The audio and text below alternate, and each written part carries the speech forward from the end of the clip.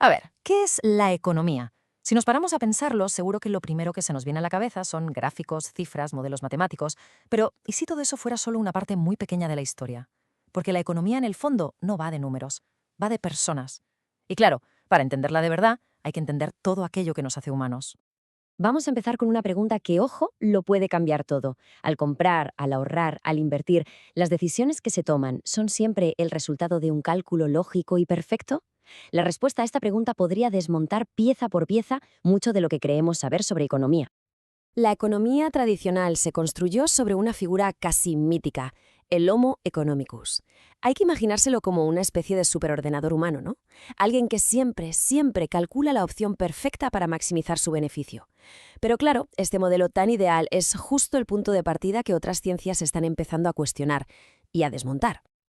Entonces, si las decisiones no son puramente racionales, ¿qué narices les da forma? Bueno, pues el primer factor es gigantesco, el poder. La política no es que juegue un papel secundario en la economía, es que es el árbitro que diseña el campo de juego y sobre todo el que establece las reglas para todos los jugadores. Y esta influencia se ve de tres maneras súper claras. Primero, la política crea las instituciones estables, que, como ya demostró Douglas North, son los cimientos del crecimiento económico. Segundo, define las políticas fiscales y monetarias que nos afectan a todos los bolsillos. Y tercero, y esto es crucial, expone esa lucha de poder constante, donde diferentes grupos de interés intentan inclinar la balanza a su favor. Y esto nos lleva a una de las preguntas del millón, ¿no? No es una cuestión abstracta, para nada, es una que define el destino de naciones enteras.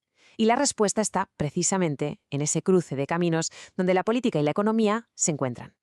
Es que es imposible entender la una sin la otra. Vale, si la política es el tablero de juego, la sociedad es, bueno, es el tejido que nos conecta a todos.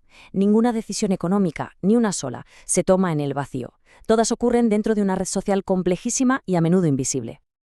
Aquí está la clave, el cambio de chip.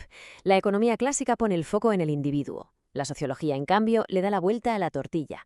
Parte del entorno para entendernos. Lo que viene a decir es que nuestra vida y nuestras decisiones son radicalmente distintas según cómo sea la sociedad en la que hemos nacido y crecido.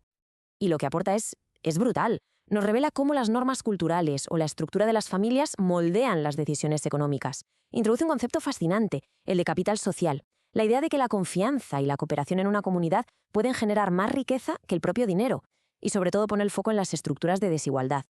Esta idea es potentísima. La sociología nos enseña que los mercados no son un campo de juego nivelado para todo el mundo. Están influidos desde el minuto uno por desigualdades que ya existían de antes, ya sea por clase, por género o por etnia. Vamos a poner un ejemplo para que se entienda perfecto. Si el acceso a una buena educación no es igual para todos, ¿qué ocurre? Pues que el mercado laboral simplemente refleja y amplifica esa desigualdad de partida, y lo hace en forma de brechas salariales. No es un fallo del mercado, es un espejo de la estructura social. Bien, hemos visto las grandes estructuras, la política, la sociedad. Ahora vamos a hacer zoom. Vamos a bajar la lupa al nivel de las organizaciones, de las empresas. ¿Cómo se aplican los principios económicos en el día a día? Pues aquí es donde entra en juego la administración. La relación entre ambas es, en realidad, muy complementaria.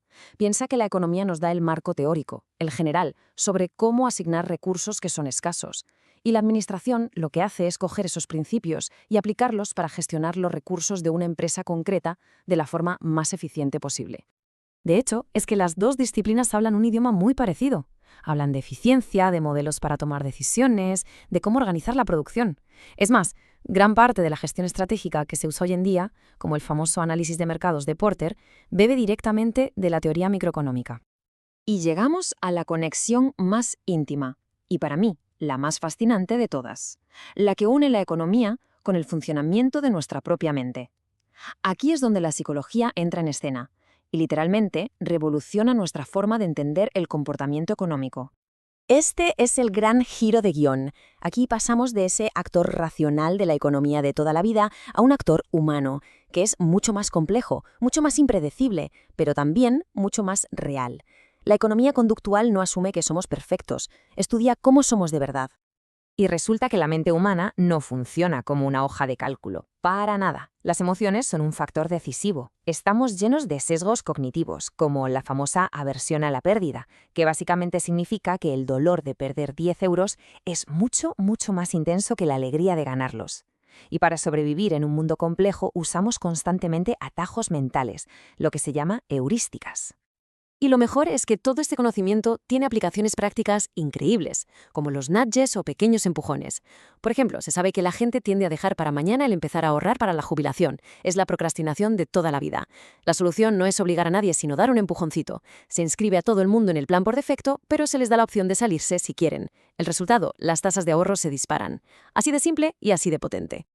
Entonces, ¿con qué imagen nos quedamos al final? Después de todo este viaje desde la política hasta la psicología, la visión de la economía que nos queda es infinitamente más rica, más compleja y desde luego mucho más precisa.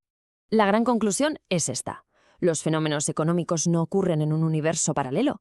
Para entenderlos de verdad es imprescindible analizar el contexto político que pone las reglas, el tejido social en el que crecen, la gestión que los pone en práctica y la psicología humana que al final es la que los impulsa.